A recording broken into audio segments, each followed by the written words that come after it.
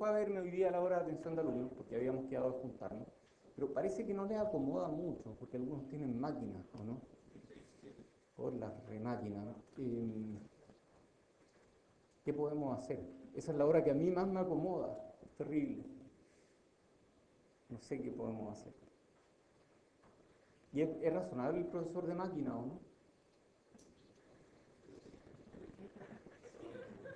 Ah, ¿quiénes tienen máquina aquí? Son algunos, sí. Ya busquemos otra hora, eventualmente. Busquemos otra hora de atención, porque igual es feo que yo sé que van a ir a preguntar un montón, ¿no? Además que a veces me como unas galletas y no me las puedo comer todas, entonces tienen que ayudarme. Sí, pero sería feo que le quite audiencia a... ¿Quién hace máquinas, Javier? Sí, Javier después me va a mirar feo, entonces... eh, ya, vamos a buscar una hora. ¿Alguien quiere ser el delegado del curso para asuntos, para este tipo de asuntos? Sí, sí. Bueno, ya, pues, oye, es curioso eso, ¿ah? Casi todos los presidentes del CAI son de transporte, han sido de transporte eléctrico, no hay mucho. Y cuando llega la hora de elegir delegados o representantes de alumnos en eléctrico, hay algunos que se han presentado, me consta, porque lo he visto, con un programa de representante que es como yo no voy a hacer nada porque nunca nadie hace nada. Entonces es terrible, parece que los eléctricos no somos muy dados a la política. Está bien, tal vez no somos más dados a estudiar, no sé. Pero, pero bueno, si alguien quiere ser oficialmente como el que se encargue de las comunicaciones entre el curso y yo, puede ser tú. En serio, te lo agradezco mucho y por tu buena onda y buena voluntad te ganaste una décima en el promedio final, que vale solo si es que pasas de curso. Escríbeme un correo, el que se ganó una décima de la clase pasada, tú. Tú. Ah, sí, no me escribiste, tienes que escribirme. Sí, porque si no después se me olvida. Ya, vamos con esta clase.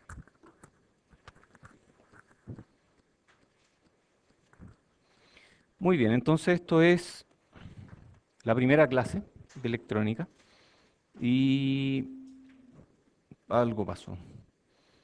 Por alguna razón no me está mostrando lo que hay normalmente aquí al lado. Esto pasa siempre en las primeras clases, ¿eh? No sé por qué no me lo muestra. Veamos si ahora muestra algo. Ahí está mostrándolo. Lo malo es que las páginas quedan descompaginadas. Vamos a volver al original a ver si mejora. Y no, ya, va a haber que hacerlo como estaba nomás. Ah, pero sí, no, está bien. Dejémoslo así. Ya, entonces esto de electrónica y capítulo 1, introducción. Entonces este capítulo es introductorio. Durante la clase anterior, que hablamos re poco, aprendimos un poco acerca de lo que es la electrónica y algo de su historia. En este capítulo vamos a ver una combinación de temas que incluyen definiciones, pocas, pero tecnologías de fabricación, vamos a saber lo que es una tecnología de fabricación, industria electrónica y personaje, eso va a ser más hacia el final del capítulo. Vamos a hacer un breve repaso del curso de circuito, que todos ustedes aprobaron hace algún tiempo ya. ¿Quiénes hicieron circuito el semestre pasado? Yo diría que es como un 50%. ¿Quiénes lo hicieron hace un año? Hay algunos, ya. Y probablemente hay otros más que lo hicieron antes también. Em, Especialmente aquellos temas que nos interesan más en electrónica, que a veces pasan superficialmente por circuito y que yo quiero darles mucho énfasis aquí. Así que vamos a hacer un repaso de eso. Y vamos a ver algunos teoremas interesantes y que no todo el mundo conoce. Vamos a estudiar algunos modelos circuitales y para luego dar paso a amplificadores. El amplificador es el núcleo de cualquier circuito electrónico. Electrónica analógica usa amplificadores, para arriba y para abajo. También vamos a repasar una técnica de análisis en el dominio de la frecuencia, que es diagramas de Bode. Ustedes ya saben diagramas de Bode, ¿cierto? Vamos a repasar un poco diagramas de Bode. Entonces vamos a partir con algunas definiciones. Esta es la definición de electrónica. Es el campo de la ingeniería y la física aplicada, ya habíamos visto eso. O sea, los físicos aplicados también hacen electrónica, dedicado al estudio y diseño de componentes y circuitos electrónicos cuya operación depende de la conducción, control de flujo de cargas eléctricas. Entonces controlamos electrones de alguna forma. Domamos los electrones. En algún momento del siglo pasado los domamos y ahora los electrones hacen lo que nosotros les pedimos. Y eso es bueno. Es como un ejército de minions que son capaces de hacer cosas. Generar, transmitir, procesar, recibir y almacenar información. Oye, y em, clasifiquemos un poco la electrónica. Está la electrónica analógica, que es este curso, laboratorio, que este en realidad ya creo que no se va a dictar más.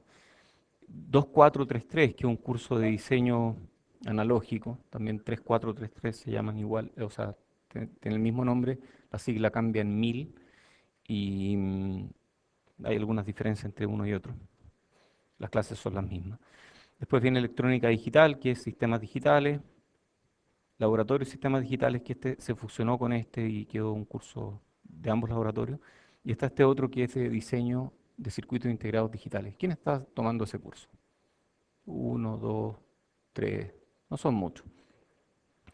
Ahí aprenden harto de FPGA y de cómo llevar un diseño digital a un chip. Después viene electrónica de señales mixtas. ¿Qué serán las señales mixtas?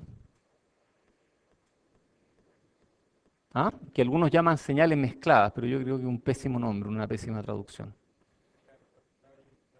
Señales analógicas y digitales, exactamente. Entonces esos circuitos de señales mixtas son señales, por ahí alguien dijo las señales que me da la polola. Oh, complejo, no.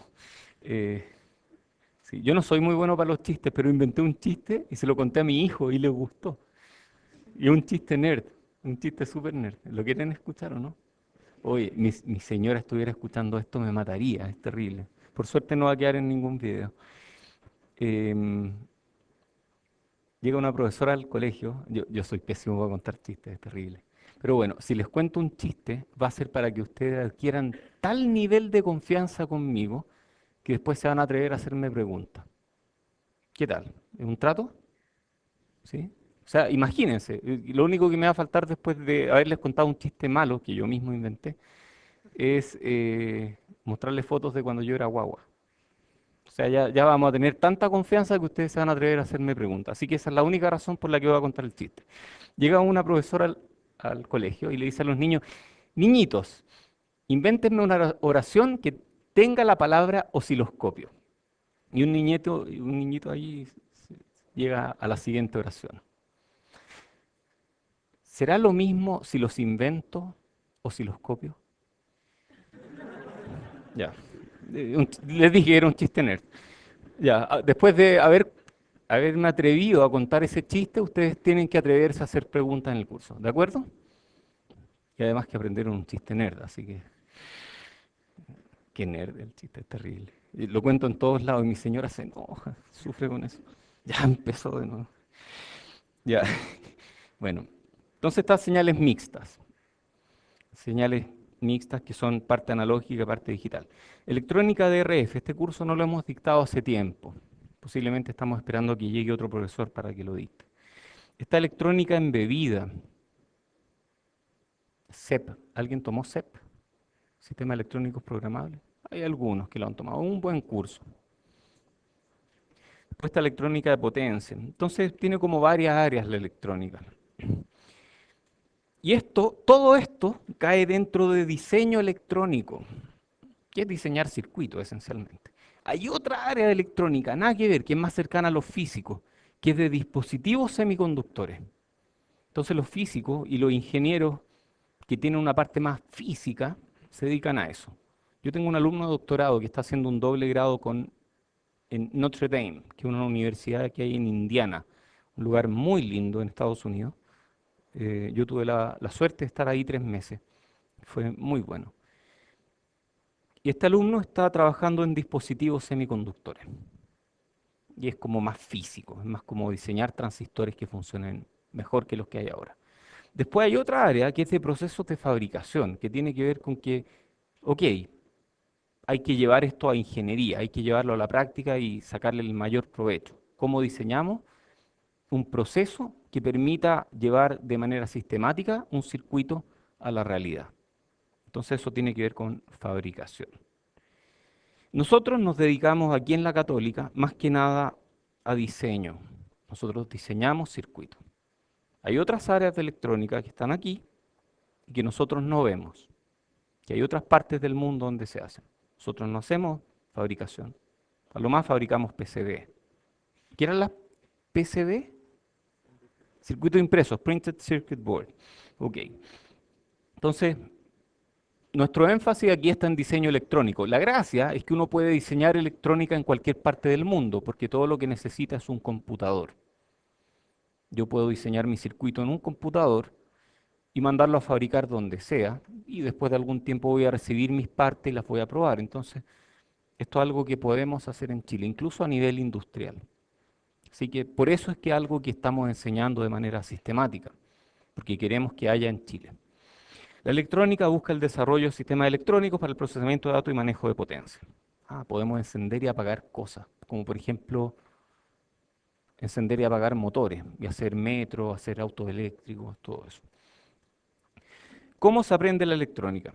Esto es algo que los alumnos no me creen mucho, pero no hay magia en electrónica, como que todo tiene una explicación y todo lo podemos entender, hasta cierto nivel, por supuesto. Pero para efectos del curso, para efectos de lo que ustedes necesitan en la vida, todo se puede entender. ¿Por qué un circuito hace esto? Se puede entender. Entonces, con suficiente esfuerzo es posible entender prácticamente todo. ¿Y por qué digo esto? Porque a veces en clases voy un poco rápido y ustedes se empiezan a perder. Y si se empiezan a perder es un mal síntoma, porque todo se puede entender. Si se pierden, pregunten. Imagínense, ya les conté un chiste malo, porque tengo mucha confianza con ustedes. Espero que ustedes tengan la misma confianza conmigo y me pregunten. Y me interrumpan, me encanta que me interrumpan. Entonces, no se queden con la duda. El aprendizaje es por capa, por lo tanto vamos a seguir viendo los mismos contenidos de antes, pero con un poco más de profundidad. Vamos a aprender topologías circuitales, eso es clave. Entender topologías circuitales. Entonces, si uno identifica topologías, después puede identificar lo que hacen bloques más grandes. Por ejemplo, hasta el momento ustedes conocen algunas topologías circuitales. ¿Alguien podría mencionar alguna? Serie, paralelo, divisor de tensión, divisor de corriente, filtros básicos, filtros de primer orden, pasivos, probablemente algo. Esos son topologías, que son formas de conectar. En realidad el filtro pasa abajo, típico de un RC, filtro RC. Nunca me acuerdo cuál va primero en el pasabajo, el R o el C. El R. RC, pasabajo, C, ya, ahí está. Eh, ahí veo. Eso más que más que una topología propiamente tal, diría yo que un divisor de tensión, donde los elementos son de diferente naturaleza. Entonces la topología de ahí es elementos en serie. Pero sí, uno empieza a identificar estas cosas. Y cuando uno las identifica rápidamente, uno puede mirar un circuito y en la mente dividirlo en varias partes y tratar de ver qué hace cada una de ellas y luego uno se hace una idea de lo que hace el circuito completo. Entonces eso de dividir y conquistar aquí se aplica mucho. Los modelos en electrónica son aproximados. ¿Qué son los modelos? ¿Qué son los modelos en electrónica? Modelos matemáticos, si quieren hablemos de modelos matemáticos. ¿Qué sería un modelo matemático?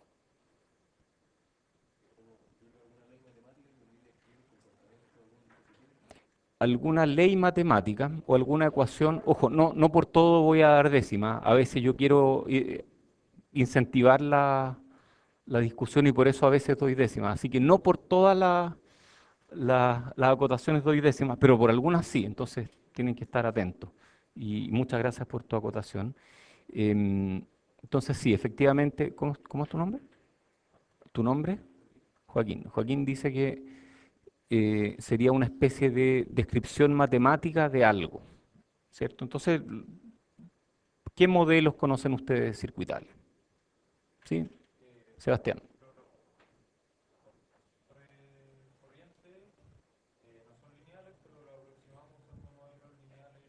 Exactamente. Hay modelos no lineales, por ejemplo, de transistores, y nosotros podemos aproximarlo a modelos lineales. Entonces es posible tener una gama de modelos, algunos que son mejores para diseñar y otros que son mejores para analizar. Vamos a tener una idea de eso más adelante.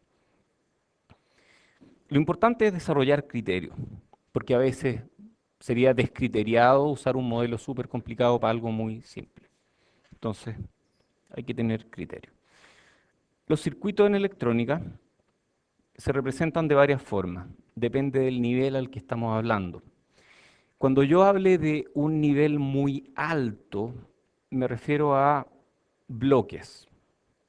Cuando hable de un nivel muy bajo, me refiero a implementación física. Implementación física es tarjeta, layout. ¿Saben lo que es layout o no? Layout es la disposición de los componentes y de las conexiones de los componentes en una tarjeta o en un chip. Eso se llama layout. Entonces, cuando yo hable de layout, eso es la implementación física, cómo se implementa, cómo se realiza un circuito. Y eso es muy bajo nivel. En cambio, muy alto nivel es a nivel de bloques. Un amplificador aquí, no tengo idea cómo está hecho. Un filtro aquí, no tengo idea cómo está hecho. Este esquema que sale aquí en la pantalla está hecho a nivel de bloques. Aquí hay un micrófono, aquí hay un amplificador, aquí hay un filtro, aquí hay un ADC, conversor análogo digital, muchas gracias, y luego viene una memoria. ¿Ven la Tierra o no? Yo no veo la Tierra. Qué raro, todos los circuitos tienen que tener Tierra. Ok, en diagrama de bloques uno puede omitir las tierras. No es necesario, porque estamos hablando de bloques. Y esto de aquí representa una señal, o pueden ser varias señales. No tenemos idea de la impedancia de esta línea, da lo mismo. Estos son bloques. Estamos asumiendo que este bloque se comunica muy bien con el siguiente. Entonces estas líneas que conectan bloques representan señales. Muy bien, pues, dentro de cada bloque, si nos metemos dentro de la jerarquía de los bloques, podemos ver un esquemático. Y aquí hay un esquemático de un amplificador. Así se ven los amplificadores en cuanto a esquemático. Entonces ya identificamos como al menos tres niveles. Alto nivel, nivel de sistema, nivel de bloques. Nivel medio, nivel de esquemático. Ahí sí hay tierra, ahí sí hay elementos circuitales. Y el nivel más bajo sería el nivel de la capa física, donde yo estoy construyendo mi circuito. La PCB, el silicio, ese es el nivel más bajo. Y las tres son representaciones de lo mismo. A veces uno combina bloques con esquemáticos. Uno puede poner un bloque amplificador dentro de un esquemático y hacerle doble clic a ese bloque y meterse dentro. Eso se puede hacer. Hablemos de nomenclatura de señales. Esta está en el libro guía, en Cedra Smith, y yo la voy a tratar de respetar a lo largo de este curso. Entonces hay señales que definimos por una letra y otra letra, que es un subíndice. Cuando hablamos de mayúscula, mayúscula, estamos hablando de valores de C o valores continuos. Todos saben lo que es DC, ¿cierto? DC es valor continuo. ¿De acuerdo? ¿Cómo le obtengo el valor de C a una señal? Promedio. El promedio, pero, salud, pero el promedio no es RMS, es realmente el promedio, porque los que suben y los que bajan se cancelan eventualmente. Entonces no es RMS, es promedio. ¿Y cómo calculamos el promedio de una señal continua?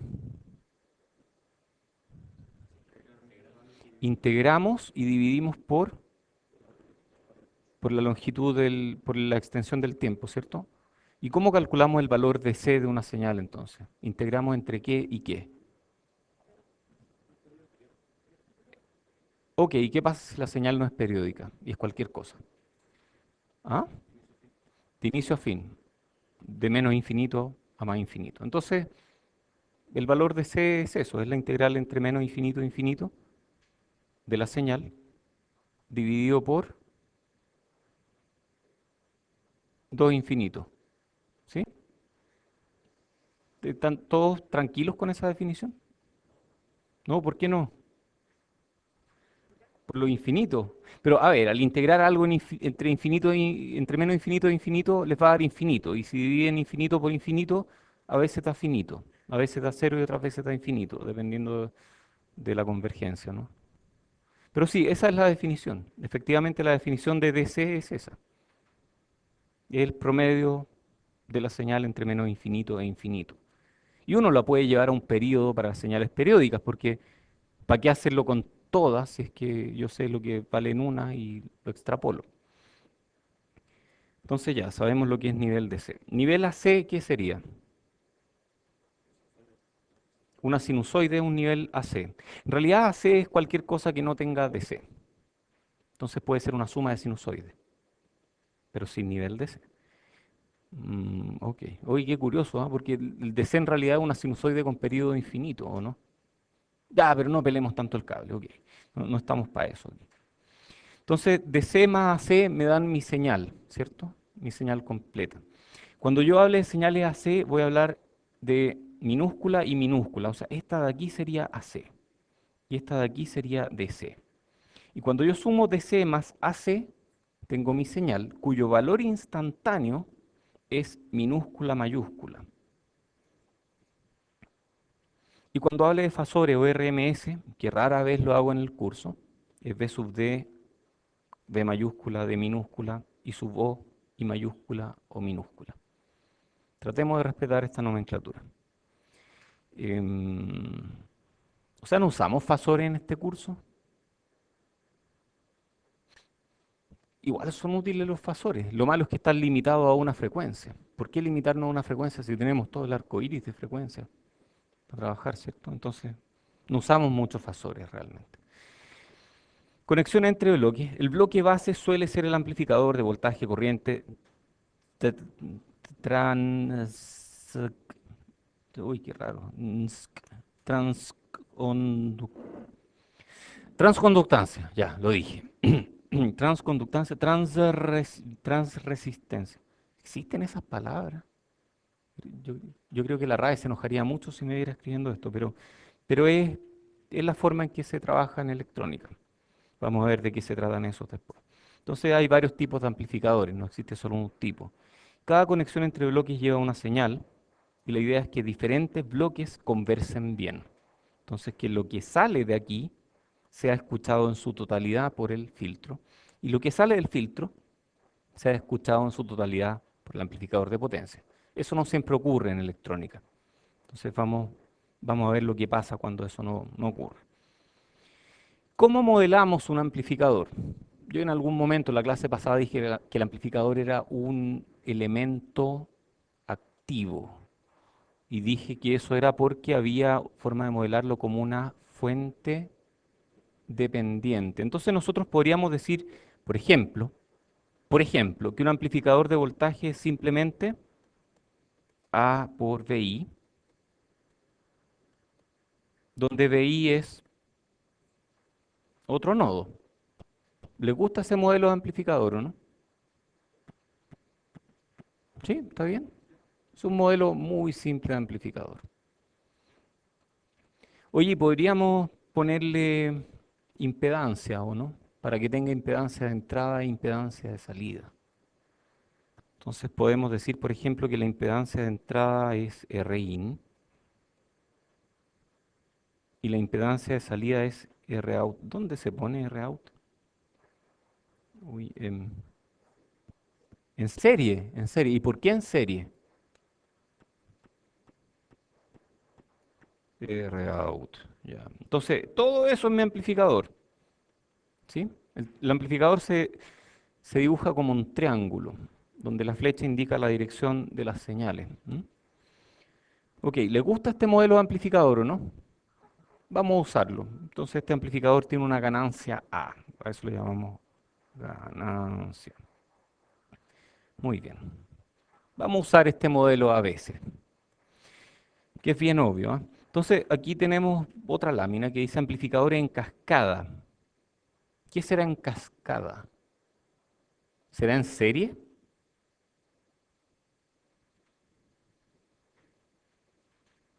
No es en serie, porque en serie es poner elementos de dos terminales conectados uno contra el otro.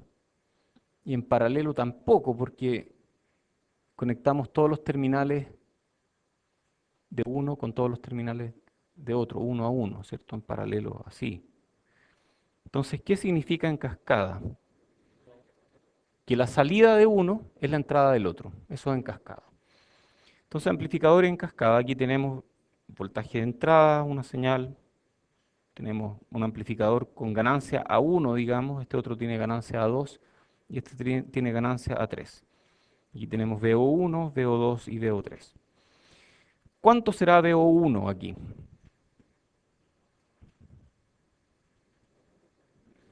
Digamos que es VI, la I es por input y la O es por output, VI por A1, ¿cierto? ¿Y cuánto es VO2? VO1 por A2, que es VI por A1 por A2. Y VO3 debe ser entonces VI por A1 por A2 por A3. Y yo de aquí puedo calcular la ganancia total, ¿o no? ¿Cuánto es la ganancia total? El producto de estas tres, ¿cierto? Perfecto. Súper bien. Entonces la ganancia total de esto sería A1 por A2 por A3. Esto generalmente es verdad, pero en electrónica hay que tener cuidado. Porque si yo tengo un amplificador con ganancia A1 que toma una señal VI y entrega un voltaje VO, ese voltaje VO es, digamos que estos son amplificadores de voltaje que multiplican el voltaje por un valor. Entonces VO va a ser A1 por VI. Pero ¿qué pasa si yo cortocircuito eso a tierra? ¿Cuánto es la salida? Estamos complicados ahí, porque yo antes tenía un circuito abierto, que es equivalente a tener colgando una impedancia. ¿De qué valor? Infinita. Ahí tengo un R infinito aquí. Y si yo le tiro un R igual 0 aquí, la salida cambia, ¿o no? Entonces parece que la salida es función de la impedancia que yo tengo en ese nodo. Entonces, ¿cómo sé yo cuál es la impedancia de entrada de A2? Porque esa impedancia de entrada puede que me cambie la salida del primer amplificador. Y esto en electrónica es demasiado, demasiado importante. Entonces, vamos a hacer un zoom aquí. Y vamos a tener nuestro amplificador 1 y nuestro amplificador 2. Internamente, el amplificador 1 está hecho por una impedancia de entrada, por una fuente interna que todavía no tenemos idea cómo se hace, que es una fuente controlada que dice A1 por esta entrada, y su impedancia de salida. Y luego tenemos el amplificador 2 que tiene su impedancia de entrada, una fuente controlada y su impedancia de salida. ¿Me están siguiendo todos en esto? Súper importante. Bueno, ¿qué pasa aquí?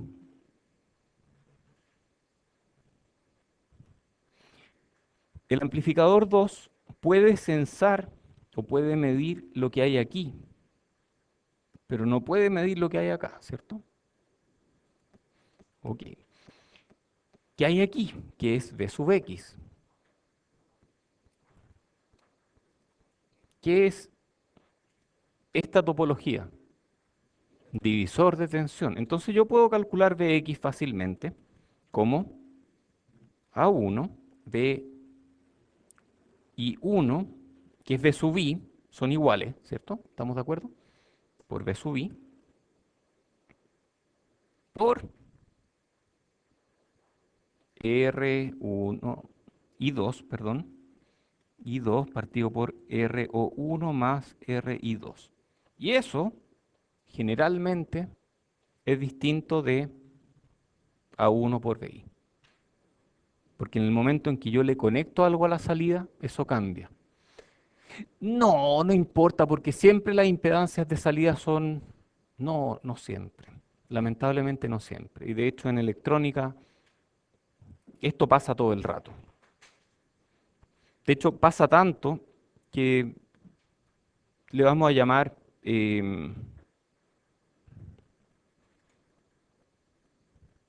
no, no lo tengo aquí. Pensé que lo tenía aquí. Le vamos a llamar, aquí está, atenuación por efecto de carga. Entonces la atenuación que sufre este amplificador debido a esta carga, en este caso es este término. Esa es una atenuación, menor que 1, atenuación. ¿Preguntas de esto?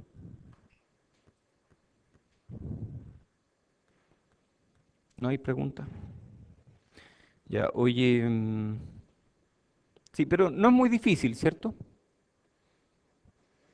Por ahora no es muy difícil. Tú dices, esta atenuación depende.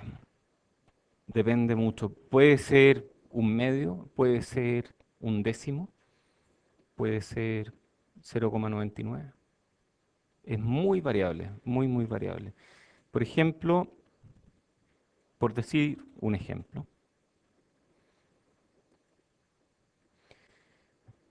yo tengo un amplificador de audio y le quiero conectar un parlante. Entonces vamos a conectarle este parlante.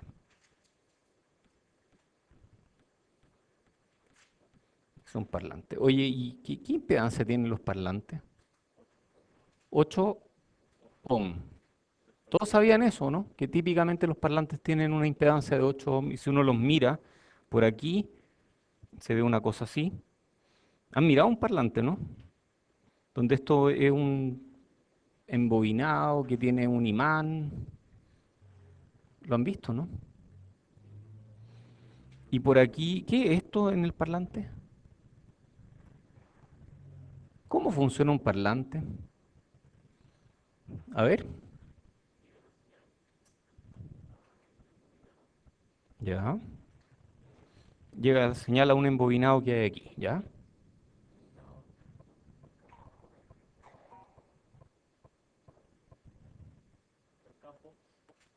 Ya, un campo magnético, ¿ya? ¿Qué sería esto que está acá? ¿Ya?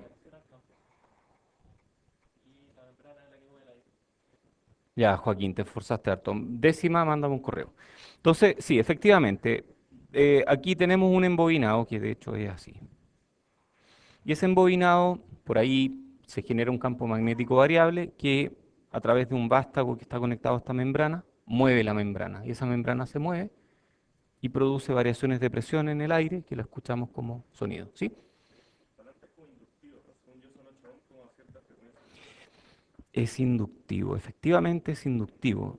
O sea, si uno mira las hojas de datos de los parlantes, efectivamente son 8 ohm a un rango de frecuencia y no son exactamente 8 y dependen de la frecuencia, eso es correcto. Eso significa que si yo agarro aquí un multímetro, ¿saben lo que es un multímetro, no? Conecto esto a un multímetro y trato de medir resistencia.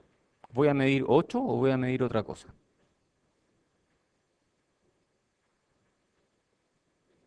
Depende. Si el multímetro mide en DC, ¿qué voy a medir? Probablemente voy a medir algo chico. A ver, ¿cuál es la idea? Si el parlante es una especie de resistencia, si fuera una resistencia, convertiría toda la energía que le está llegando en calor y no escucharíamos nada.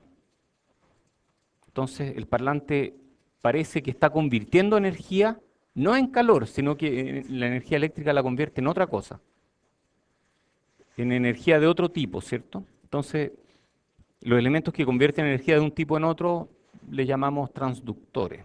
Nos sirven como sensores y nos sirven como actuadores también. Entonces, el parlante no es una resistencia de 8 ohms. Sin embargo, para la frecuencia audible, si yo le meto una entrada yo mido la corriente y esa corriente es la misma corriente que yo tendría si aquí hubiera una resistencia de 8 ohms. Entonces, el parlante puede ser modelado eléctricamente, modelo, de nuevo modelo, como una resistencia de 8 ohms. Muy bien, po. Y yo aquí tengo un amplificador que tiene una salida y cuando los conecto, probablemente esa salida se va a atenuar un poco. Entonces esa atenuación se debe al efecto de la carga. El parlante de 8 ohms está cargando a mi amplificador. Pregunta, ¿qué impedancia de salida tiene que tener el amplificador para maximizar el sonido o la potencia del sonido afuera? ¿Alguien no está de acuerdo con 8? ¿Cero? ¿Quiénes dicen cero? Son poquitos. Sí. ¿Por qué cero?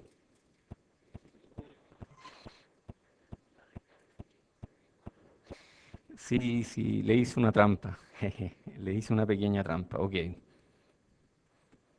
Tengo VI, tengo un R y tengo un parlante de 8 ohms. Yo quiero maximizar la potencia que transfiero desde acá hasta allá. Y aquí hay un divisor de tensión. ¿Cuál es el voltaje máximo que yo puedo obtener aquí? El mismo de la entrada que ocurre cuando este R es cero. No hay otra, ¿ok? No hay otra. Es cero. Ah, pero ¿cómo era eso de máxima transferencia de potencia? Uy. O sea, me engañó Daniel Olivares, o me engañó David Watts, o Dani Guzmán, o Ángela Busleme, o el que haya dado el curso. ¿Me engañó o no me engañó?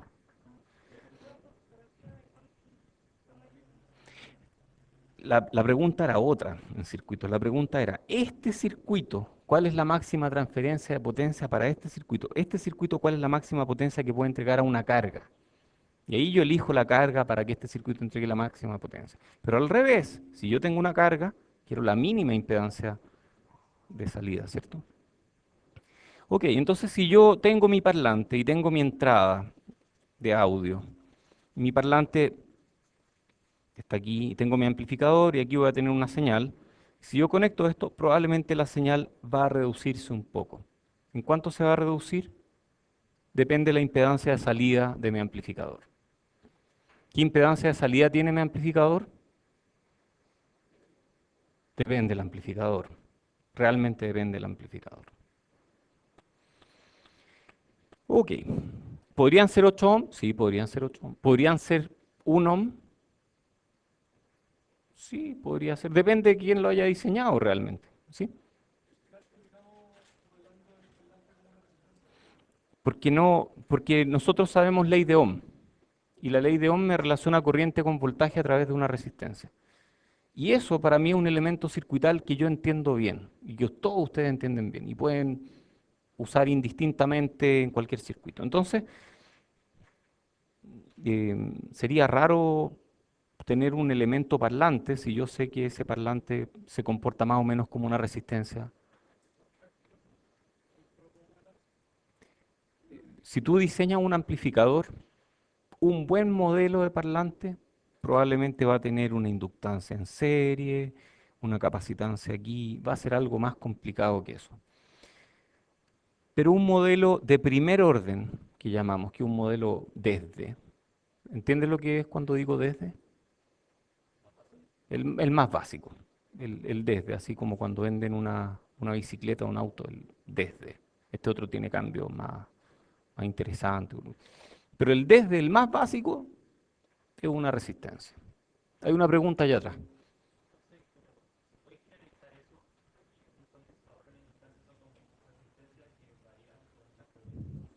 Eh, una forma de verlo es esa, pero yo prefiero que lo vean como elementos circuitales independientes, porque el comportamiento. Después vamos a hablar de comportamiento estático y comportamiento en frecuencia, y la resistencia tiene un comportamiento estático, mientras que los otros tienen comportamiento en frecuencia. Ok, ¿cómo acoplamos señal entre bloques? Entre dos bloques podemos acoplar señales en AC o en DC. La conexión DC incluye toda la frecuencia, mientras que la conexión AC elimina la componente DC. Entonces, conexión DC es exactamente lo que teníamos antes. Tenemos un bloque amplificador, un bloque parlante, y yo tengo un acoplamiento DC entre ambos, lo cual significa que todas las frecuencias que salen aquí aparecen en la entrada del parlante. Eso es acoplamiento DC. ¿Existe otro tipo? Bueno, el acoplamiento AC. El acoplamiento AC elimina la componente DC. ¿Qué filtro elimina la componente DC? ¿Mm? Un filtro pasa altos, elimina la componente DC. Muy bien, filtro pasa alto. Entonces, en conexión AC, la señal va contenida en las variaciones en torno al nivel DC.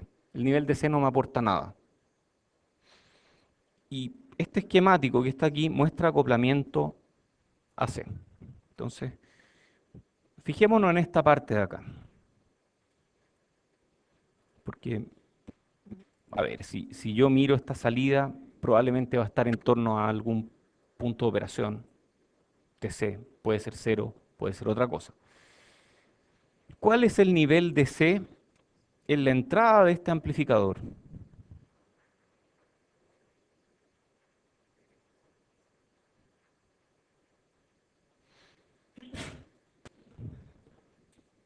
Hay un divisor de tensión, salud. ¿Sí? Divisor de tensión que está aquí. Tú dices eso. Ah, eso me define el nivel DC. ¿Y por qué el capacitor no me afecta el nivel DC? El capacitor quita el nivel DC.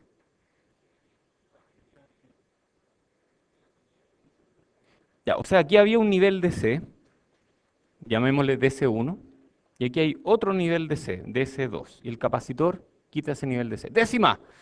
Ya, oye, entonces, ¿cómo funciona eso? ¿Cómo se ve un capacitor en DC? A ver, de nuevo, de nuevo. DC era el promedio entre menos infinito e infinito, o sea, DC era la integral entre menos infinito e infinito de la señal dividida por 2 infinito. Algo así habíamos dicho, ¿no?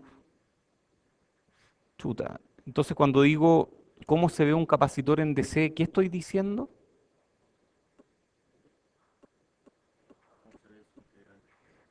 Es muy complicado. Mejor veámoslo de otra forma. ¿Cómo se ve un capacitor en DC? A lo que me refiero es que si yo aplico un voltaje DC, ¿cómo se ve el capacitor en DC? ¿Ah?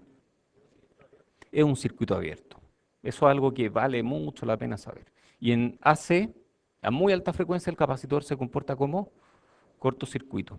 Entonces, depende de la frecuencia, pero a muy, muy, muy alta frecuencia es un cortocircuito. Entonces, el capacitor en DC es un circuito abierto y en AC, alta frecuencia, es un cortocircuito a muy alta frecuencia. En cambio, el inductor en DC se comporta como un cortocircuito y en AC va aumentando su impedancia y eventualmente llega hasta una impedancia muy alta. Ok, entonces este capacitor en DC se comporta como un circuito abierto. Eso significa que yo puedo omitir este capacitor cuando analizo este circuito en DC. Entonces parece, a partir de esto, que DC y AC es algo que vamos a usar un montón en este curso. Y cada vez que yo hable de DC, ustedes se imaginan que todas las señales son parejitas y ninguna se está moviendo en el tiempo. Entonces, si yo quiero analizar este circuito en DC y determinar el valor DC que hay en este nodo, yo puedo, con toda libertad, sacar los capacitores del circuito y reemplazarlos por ¿qué cosa? Por nada, pero ese nada es circuito abierto. Entonces yo elimino este capacitor, lo desconecto de ahí y con toda tranquilidad puedo decir que el nivel de C en este nodo es, ¿cuánto es? Divisor de, no, pues aquí tengo 15 volts. Ok, ustedes en circuito estaban acostumbrados a que hiciéramos esto, ¿cierto? En electrónica usamos tanto voltajes de alimentación que le tenemos un nombre a los voltajes de alimentación. Le llamamos rieles de alimentación. Y esto significa que yo estoy conectando este nodo a una fuente de 15 volts. Y voy a tirar un riel de 15 volts y voy a colgar todos los circuitos del mismo riel. Oh, parece como los rieles de un ferrocarril. Perdón, ¿verdad que aquí en Chile no tenemos ferrocarriles? Hay otros lugares del mundo. Ah, pero ya tenemos otros que el metro, pero el metro no tiene esto. Hay otros lugares del mundo donde se usan los ferrocarriles. Son muy usados. Aquí en Chile se usan muy poco. ¿Han andado en tren? ¿Quiénes han andado en tren? Ah, igual, un buen número. Interesante. Sí, es divertido andar en tren. Bueno, em, entonces, cuando yo digo 15 volts aquí, significa que estoy colgado del riel de 15 volts. Y si aquí hay 0 y aquí hay 15, entre medio hay 10 kilos, 10 kilos. ¿Cuánto hay? 7,5. Muy bien. Entonces, aquí hay 7,5 volts DC. Y si yo conecto este capacitor, ¿qué le pasa al nivel DC?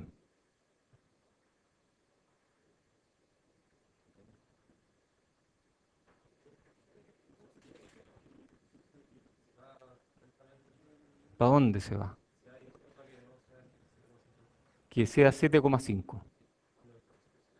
Ok, entonces el capacitor eventualmente se va a cargar y esto va a terminar en 7,5 volts. O sea, el nivel DC no cambia cuando yo le conecto capacitores. Muy bien. Los inductores, en cambio, uno los reemplaza por cortocircuito en DC. Los capacitores se reemplazan por circuito abierto, los inductores se reemplazan por cortocircuito. Ok, entonces yo tengo aquí 7,5 volts DC. ¿Qué nivel DC tengo aquí? No tengo idea. Probablemente cero. Porque si mi entrada aquí es puramente AC, en torno a cero, el nivel DC aquí va a ser cero. Nivel DC aquí es cero. Esto es A, una constante, por una señal que está en torno a cero. Por lo tanto, la salida aquí va a estar en torno a cero. Y esto también va a tener DC igual cero. Entonces aquí tengo 0 volts, aquí tengo 7,5 volts.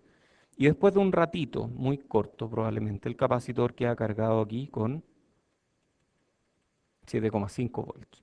Eso se llama acoplamiento AC. Porque solo la parte AC de la señal pasa de un lado hasta el otro. La parte DC no pasa, porque lo que hubiera al lado izquierdo de nivel DC no pasa al lado derecho. Si yo me paro aquí, no tengo forma de inferir qué había acá, porque hay un capacitor entre medio que bloquea el nivel DC. Entonces a ese capacitor le llaman capacitor de acoplamiento, típicamente se escribe C sub C por coupling capacitor. Hay algunos que hablan de capacitor de bloqueo porque bloquea el nivel DC, no deja pasar el nivel DC. Muy bien. Oye, el nivel DC entonces parte en un valor y el capacitor después se ajusta de alguna forma. Oye, ¿y ustedes saben calcular este circuito o no? O sea, si yo dibujo este circuito, esta parte, que es la que me interesa. Entonces, digamos que yo tengo una señal aquí, un VI, tengo un R, tengo un capacitor, 15 volts, 15 volts. ¿Ustedes saben calcular VO en función de VI?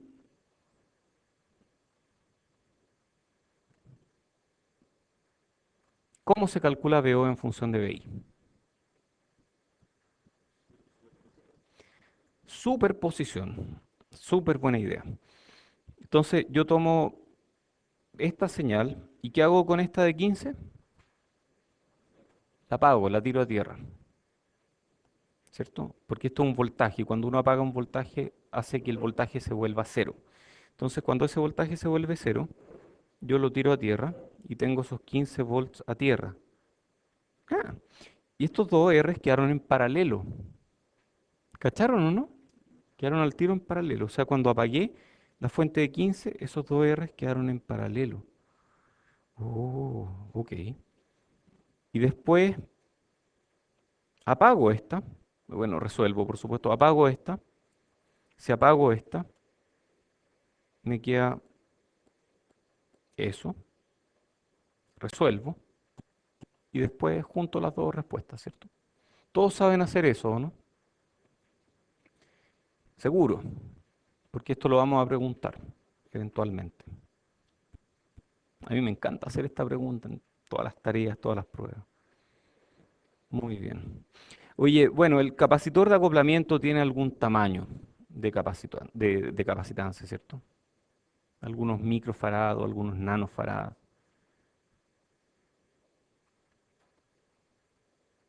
¿Qué me define ese tamaño?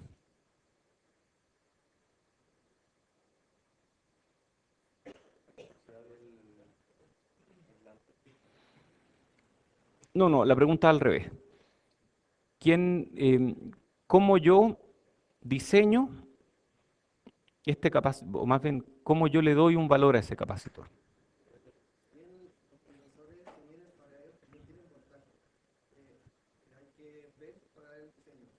Ok, sin duda yo no puedo poner aquí un capacitor de 5 volts porque va a explotar, literalmente. Ok, pero ¿cómo yo elijo que este sea de 100 nano y no de un micro?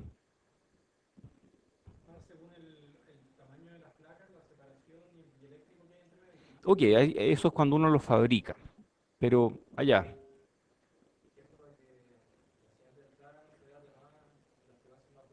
Oh, va por ahí. O sea, tu respuesta implica que parece que este capacitor tiene algo que ver con la frecuencia de corte del filtro. ¿Sí? Ya, pues, oye, voy a incentivar que participen, décima, por eso. Así que, qué bueno, qué bueno. Entonces tiene que ver con la frecuencia de corte del filtro. Y todos sabrían calcular esa frecuencia de corte, ¿no? Función de transferencia. Ya, pero eso requiere escribir muchas cosas. Hagamos algo más simple. Hagamos un bode hacia el ojo, ¿ah? Un bode al ojo. Entonces, yo sé que este bode, vamos a hacer magnitud, frecuencia aquí, no vamos a hacer fase por ahora, yo después les voy a pedir fase. ¿Cuál es el máximo valor que puede tener este bode aquí? El máximo valor, yo sé que va a ser un pasa alto. ¿Por qué? El capacitor se encarga de que no pasen los niveles de baja frecuencia. Entonces va a ser una cosa así. Muy bien. Y este valor máximo al que llega, yo sé que llega a alta frecuencia ese valor, ¿cierto? ¿Estamos todos de acuerdo, no? Alta frecuencia del capacitor es ¿qué? Un cortocircuito. Entonces yo a alta frecuencia puedo analizar esto como un cortocircuito. Teníamos un R, teníamos un VI y teníamos... ¿cómo analizo la atenuación de aquí a allá?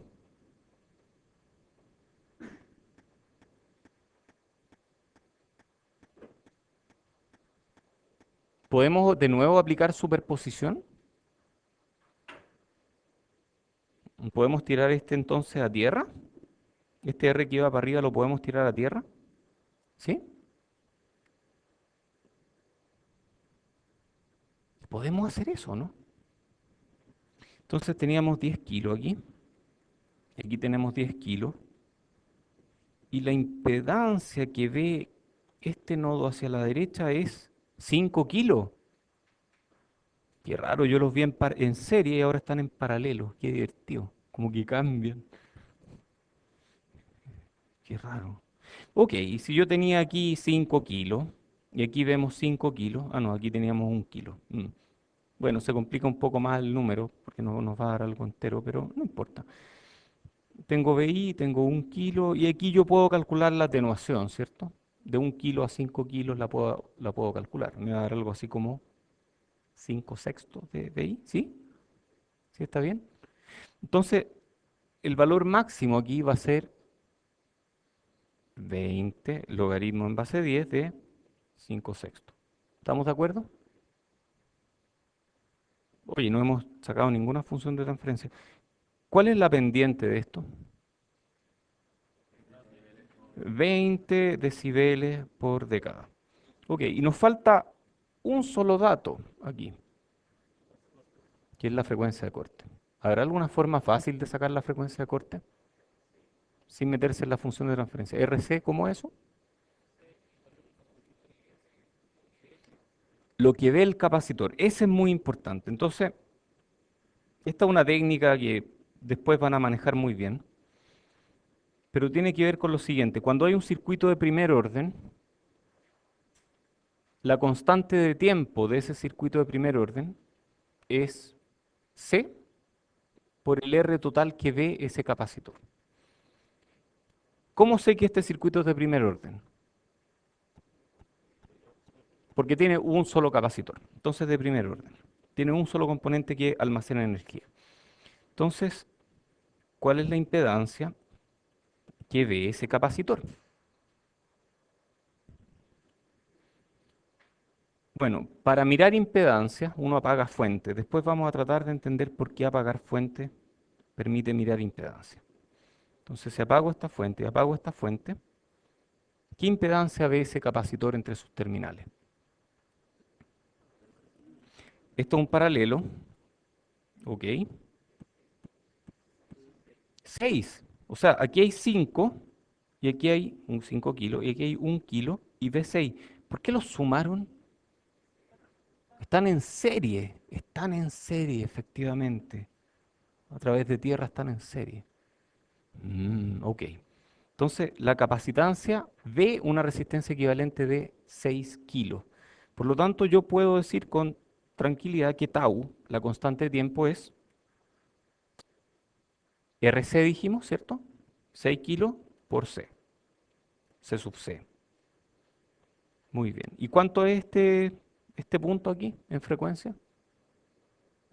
Eso es 1 partido por tau, ¿cierto? Esto es no en frecuencia, sino en frecuencia angular, omega. Listo, ya tenemos el bode. No necesitamos tirar funciones de transferencia. Si ustedes hacen la función de transferencia, van a llegar a eso. Deberían llegar a eso. Pero a veces no es necesario. A veces uno puede analizar los circuitos entendiendo lo que están haciendo.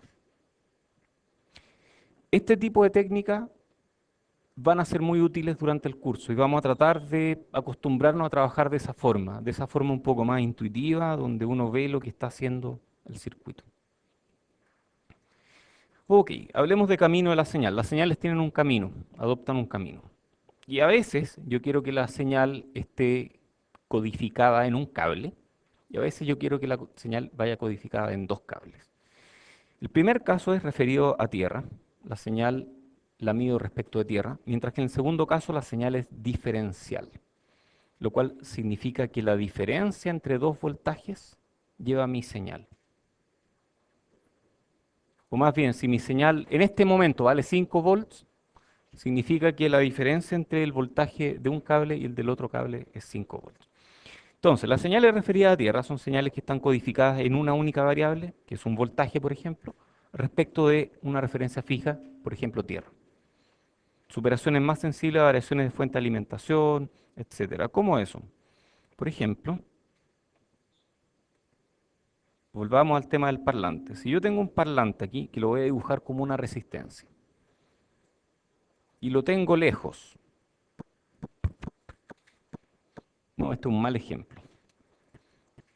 Tengo tierra, una buena tierra, y tengo este parlante súper lejos del amplificador. Y por aquí tengo un celular, que antes tenían antena, y me acostumbré a dibujarlos con antena.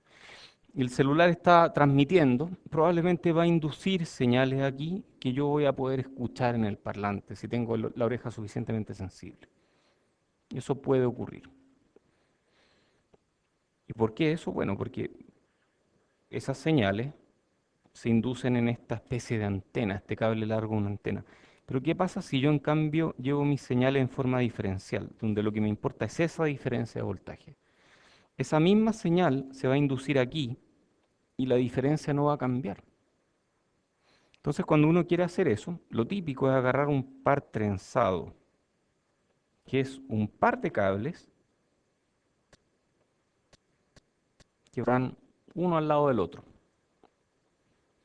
Entonces, cualquier señal que sea común a ambos cables no va a afectar la salida porque la salida es la diferencia entre estos dos voltajes.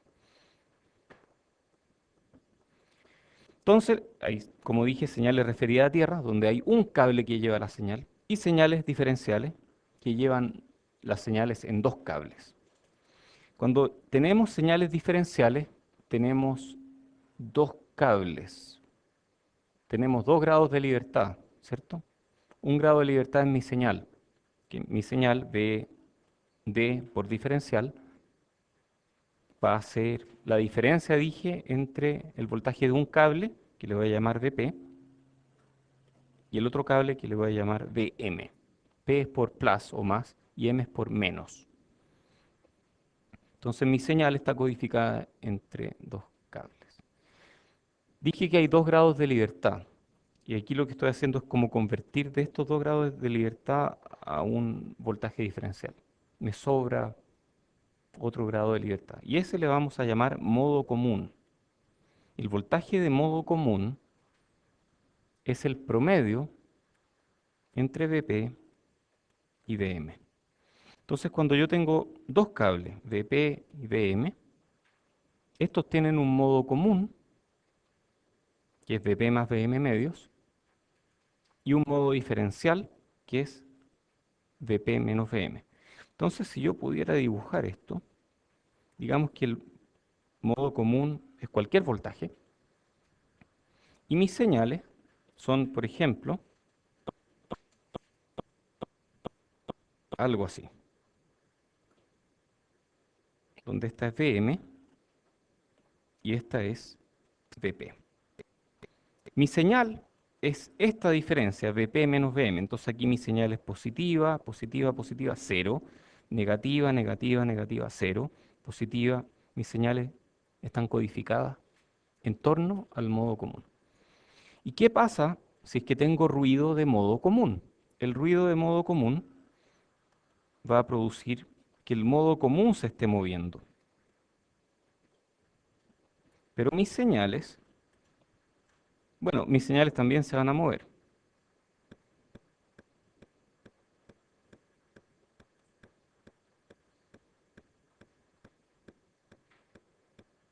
Pero las diferencias entre el Vp y el Vm se van a mantener. Por lo tanto, la señal es mucho más firme versus variaciones del modo común. Por eso son buenas las señales diferenciales. Entonces, esos son los circuitos diferenciales. ¿Preguntas de esto? ¿Son definiciones? Sí, hay preguntas. Este.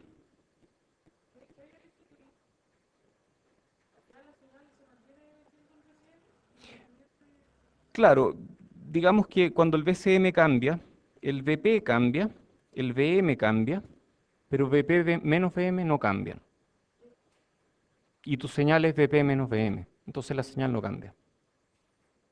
La señal va codificada en esa diferencia. Si había una pregunta por aquí. ¿Sí?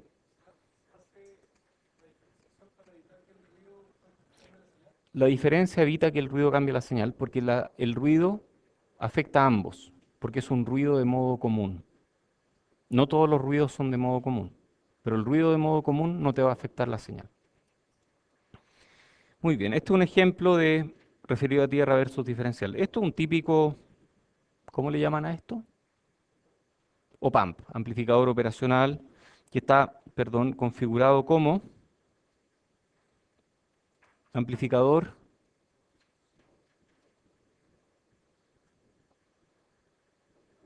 inversor, ¿cierto? Entonces, después lo vamos a ver con más detalle.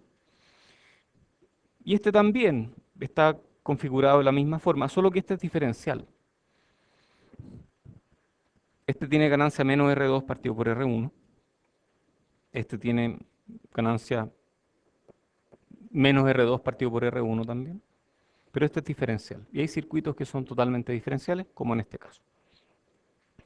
Muy bien. Entonces aquí hay ventajas y desventajas de referido a tierra versus diferencial. Léanlas, es importante saber que existen. Repaso de circuitos y algunos extras, vamos a ver. Entonces, vamos a hablar de leyes circuitales. Aquí ustedes me pueden ayudar. ¿Qué dice la ley de Ohm? V igual I por R. Voy igual ir. No se les puede olvidar eso. Después viene la ley de voltajes de Kirchhoff, que dice, uy, hay dos H seguidas aquí, ¿está bien eso o no? ¿Está bien que haya dos H seguidas? Sí, sí, está bien, así se escribe. Entonces, ¿qué dice la ley de voltaje de Kirchhoff? La suma de voltajes en una malla. ¿Y qué significa eso? Suma de voltaje en una malla tiene que ser cero. ¿Qué significa eso? Que da lo mismo por qué camino yo vaya de aquí al mismo voltaje. Siempre la suma total va a ser cero, porque volví al mismo voltaje. Entonces sumo este más este más este. Da lo mismo cómo llegue, llego a cero siempre. Y la ley de corrientes de Kirchhoff dice que es parecida. Suma de corriente igual cero. Qué divertido, porque todas estas caben en una boleta de la librería. En cualquier boleta uno puede poner toda la información de circuito. Todo sale de ahí. Notable. Muy bien, resistencia de hoja. Esta no la conocen. Resistencia de hoja que se llama resistencia square o R cuadrado porque square significa cuadrado en inglés. Entonces este símbolo cuadrado es square. Está utilizada para caracterizar resistividad de películas delgadas de conductor de espesor constante. Se mide en ohm por cuadrado, ohm por square. Hmm. A ver, ¿quiénes han diseñado PCB? Ya pregunté esto. Algunos. Entonces imagínense que ustedes diseñan una PCB y ustedes quieren hacer una resistencia en la PCB. Una resistencia chiquitita, chiquitita.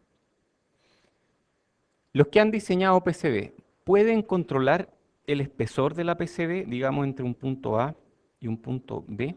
¿Pueden controlar el espesor del cobre?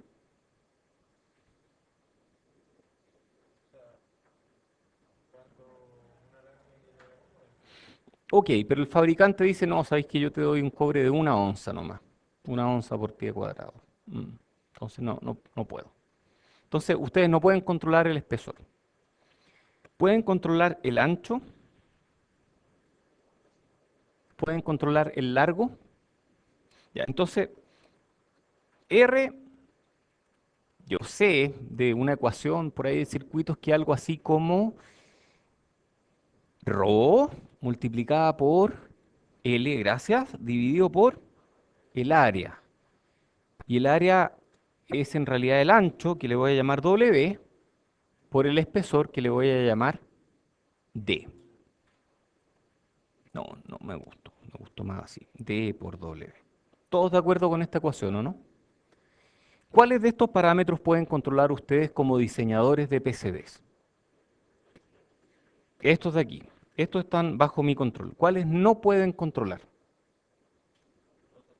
Esto de acá. ¿Cuál es la unidad de ρ partido por D?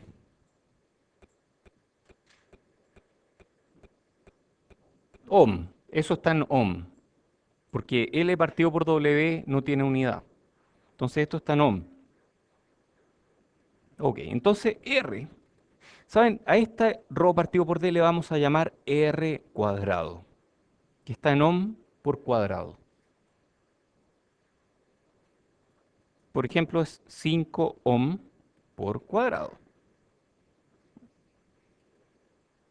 Entonces, la resistencia va a ser R cuadrado por L partido por W. Y ustedes hacen que L sea un cierto valor, W sea un cierto otro valor, y L partido por W les da el número de cuadrado. A ver, eso fue extraño. A ver, si yo diseño esta resistencia con esta forma, una forma bien rara, todo lo que yo tengo que hacer es preguntarle al fabricante, oye, ¿cuál es la resistencia de hoja? Y el fabricante me va a decir, es 5 ohm por cuadrado o 1 ohm por cuadrado o lo que sea. Y yo después todo lo que tengo que hacer es hacer L y W, el largo y el ancho, para que me dé la resistencia que quiero. Lo interesante es que si yo miro esto de cerca, mi resistencia va a ser, por ejemplo, L, W, va a ser varios cuadrados. Y cada cuadrado tiene una resistencia, cada cuadrado tiene, por definición el cuadrado tiene lados iguales, por lo tanto L igual W en un cuadrado, por lo tanto cada cuadrado tiene ¿qué resistencia? R del cuadrado. O sea, cada cuadradito tiene R square, tiene los 5 ohm por cuadrado. Y si yo pongo dos cuadraditos, esto va a tener 2R square. Y si yo pongo tres cuadraditos, voy a tener 3R square. Y el número de cuadraditos multiplicado por la resistencia del cuadradito me dan la resistencia de la pista. Entonces, si uno quiere hacer resistencia en pista, uno elige un material. ¿Sí?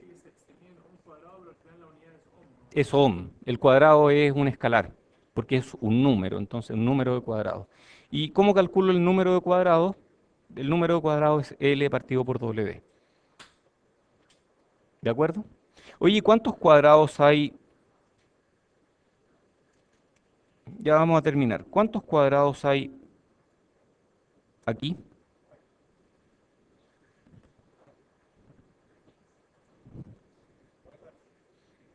¿Ah?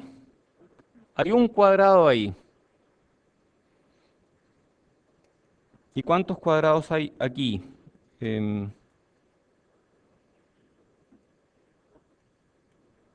hay dos cuadrados. Yo cuento más, 1, 2, 3, 4, 5, 6. Pero en realidad el cuadrado tiene este ancho, entonces hay dos cuadrados. ¿De acuerdo?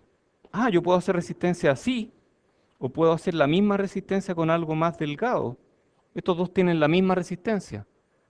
Oh, interesante.